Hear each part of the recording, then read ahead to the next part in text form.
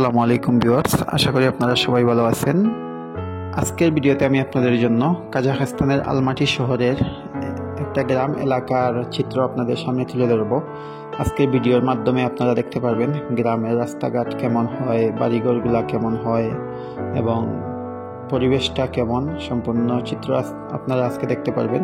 ভিডিওর শুরুতেই আমি আপনাদেরকে বলে রাখি, আপনারা যারা আমার ইউটিউব চ্যানেলটিতে নতুন, দয়া করে চ্যানেলটি সাবস্ক্রাইব করতে ভুলবেন না।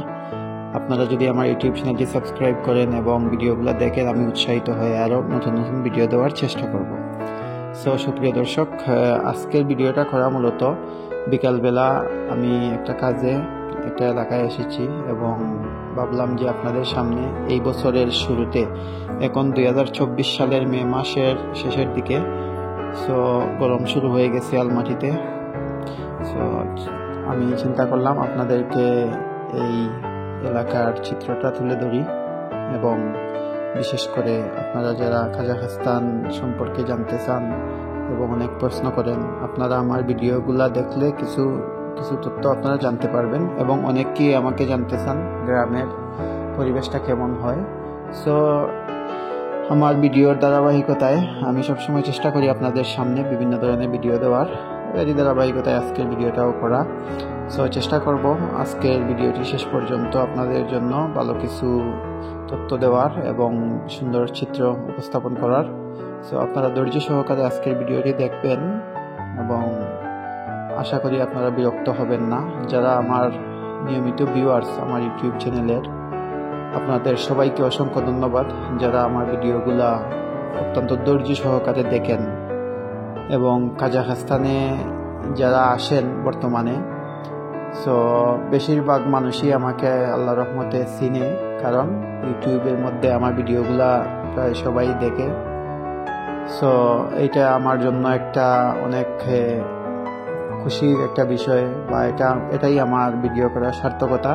কারণ আমি কোনো স্বার্থের কারণে, কোনো একটা পক্ষের স্বার্থের কারণে আমি ভিডিও করি না। আমি ভিডিওগুলো আসলে সবার স্বার্থে, এবং আমার একটা ইউটিউব চ্যানেল যেহেতু আছে, সেহেতু আমি চেষ্টা করি আমার ইউটিউবের চ্যানেলের কারণে কিছু ভিডিও দেওয়ার এবং পাশাপাশি আপনাদেরও কিছুটা উপকারে যাতে হয়।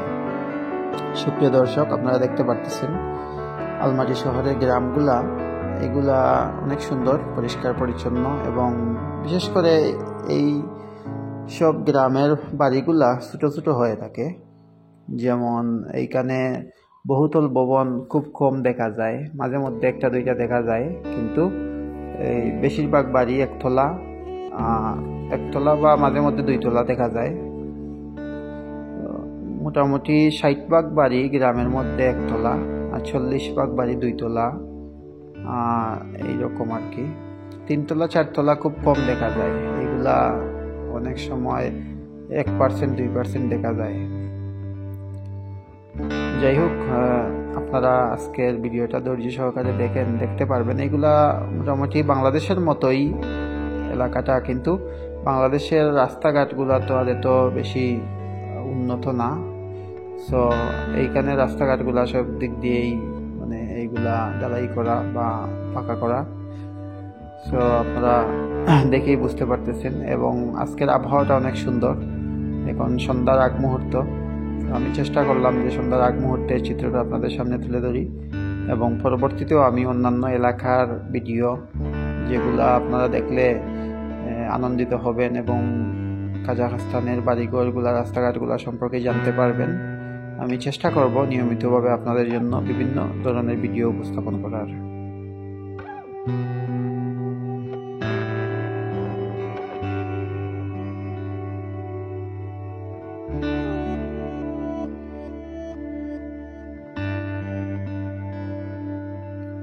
আরেকটা জিনিস আমি বলে রাখি আপনাদের সামনে, আমার ইউটিউবের যারা আমার ভিডিওগুলো দেখেন, আমার ভিউয়ার্সরা আমার ভিডিও করার মূল প্রেরণা।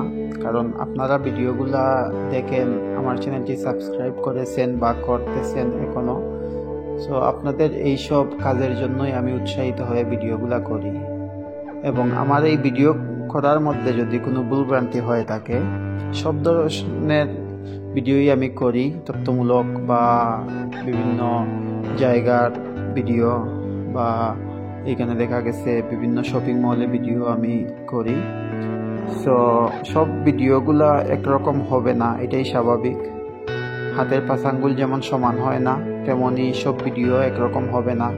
কোনো ভিডিওর মধ্যে যদি কোনো ভুল ভ্রান্তি হয়ে থাকে বা কোনো তথ্যের মধ্যে যদি কোনো গরমিল পান আপনারা, মানুষ মাত্রই ভুল হতে পারে। আমার এই ভুলগুলা ক্ষমা সুন্দর দৃষ্টিতে দেখবেন এবং আপনারা যেভাবে আমার ভিডিওগুলো দেখতেছেন সেইভাবে আপনারা ভবিষ্যতেও আমার ভিডিওগুলো দেখবেন। আমি চেষ্টা করব সামনের দিকে আরও নতুন কিছু দেওয়ার।